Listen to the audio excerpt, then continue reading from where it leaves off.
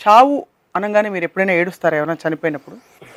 Actually నేను ఏడవను ఇప్పుడు. ఎందుకంటే నాకు మెయిన్ పాయింట్ ఏంటంటే అసలు చావు అనే దాని గురించి మాట్లాడాలంటే ఫస్టు బతుకు అనేది ఏంటి అంటే మనం బతికున్నాం అని మనం ఎందుకు అనుకుంటాం అంటే మనం ఒక కాన్షియస్నెస్ ఉంది. మనం పొద్దున్న తింటాం, లేకపోతే ఊపిరి పీలుస్తాం, లేకపోతే ఏదో అవుతుంది మన లైఫ్లో అనేది ఒక ప్రాసెస్ ఆఫ్ బీయింగ్ అలైవ్ అనేది ఒక పాయింట్ ఉంటుంది.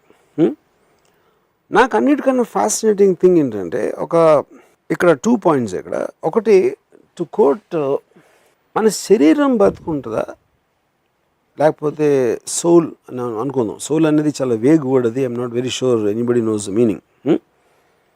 నా కళ్ళు, నా ముక్కు, నా పెదాలు, లేకపోతే నా చేతులు, నా కాళ్ళు, అంటే మనం దాన్ని సెపరేట్గా చెప్తున్నాం. అది నా చెయ్యి మీరు కాదు, మీరు ఇంకోటి ఏదో. అదేంటి? అదొక ఆలోచనల సమూహం, లేకపోతే ఒక ఫీలింగ్స్, ఒక భావాల సమూహం మీ మైండ్లోనే ఎక్కడో ఉంటుంది. దానికి అటాచ్ అయ్యి ఉన్నది ఒక బాడీ ఉంటుంది. ఇప్పుడు మనం తిండి తినేది మన అవయవాల కోసం. మనకి బ్లడ్ ఫ్లో ఉండాలా, ఇది ఉండాలా, ఏదో రకరకాల లంగ్స్ లాంటివి ఏదో ఉంటాయి బాడీలో. వాటి కోసం తిండి తింటాం, లేకపోతే ఇది చేసాం, మంచినీళ్ళు తాగుతాం, మంది వేసుకుంటాం. ఇప్పుడు ఆలోచన అంటే ఒక ఫార్మ్లెస్, షేప్లెస్ ఆలోచన సమూహం, భావాల సమూహంకి వాటికి తిండితో ఏం పని? అవి కోక్ ఎందుకు తాగాలా, వాటికి అన్నం ఎందుకు తినాలనేది it is a different point. Okay, so అప్పుడు వాటికి అసలు రూపమే లేనప్పుడు వాటికి బాడీ ఎందుకు అవసరం అనేది నాకు one of the biggest questions in my life.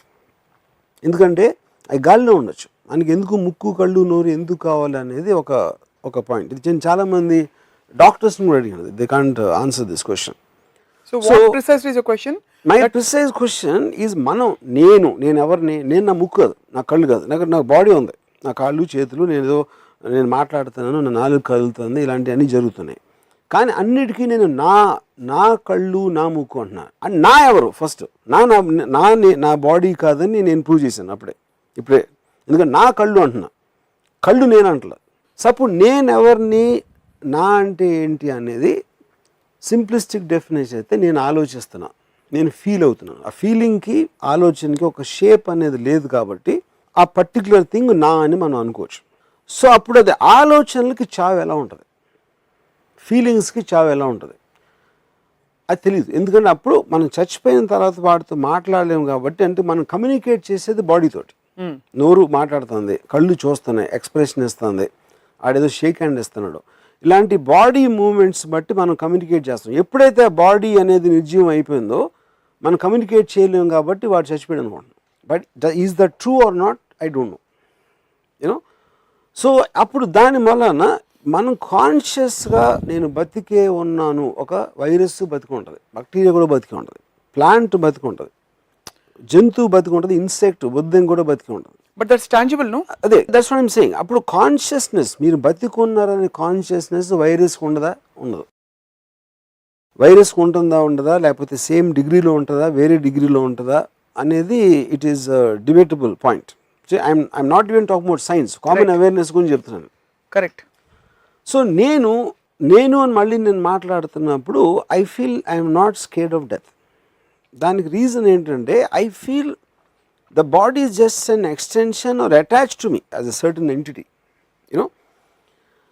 So one question which I can't answer, which nobody answered me so far, asala ఆలోచనలకి, భావాలకి బాడీ ఎందుకు అవసరం అనేది నాకు ఆ క్వశ్చన్కి ఆన్సర్ నాకు తెలియదు, ఎవరు చెప్పలేదు. అది పక్కన పెడదాం కొంచెంసేపు.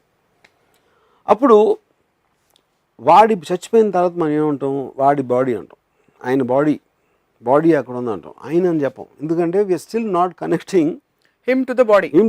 Body is still an outside agency అనేది మన ఫీలింగ్. పోయారు, బాడీని తీసుకెళ్ళిపోతున్నారు అని చెప్తారు. ఆయన బాడీని తీసుకెళ్తున్నారు అంటారు. ఆయన ఎక్కడ ఉన్నాడో తెలియదు. ఆయన ఇంకా ఉండొచ్చు, లేకపోతే బయటకు వచ్చి ఉండొచ్చు, లేకపోతే ఏదన్నా అయ్యి ఉండొచ్చు, you know, whatever happens. So there is a clear demarcation between the body dying and you dying. So in other words, you don't have death. నాకు చావు లేదు, నా బాడీకి చావు ఉంది. సో ఆయన పోయారని ఏడుస్తూ ఆయన బాడీని తీసుకెళ్తున్నారు ఎందుకు చెప్తారు? అదే కాన్ఫ్లిక్ట్. ఎందుకంటే మీకు కమ్యూనికేషన్ పోయింది. వాళ్ళు కాన్షియస్గా ఆలోచించారని కాదు, మీకు కమ్యూనికేషన్ చేయలేరు. ఎందుకంటే బాడీతోనే మీరు కమ్యూనికేట్ చేస్తారు ఎప్పుడైనా కూడా. వాడు మాట్లాడకపోతే మీరు కమ్యూనికేట్ చేయలేరు, వాడు ముట్టుకోకపోతే కమ్యూనికేట్ చేయలేరు.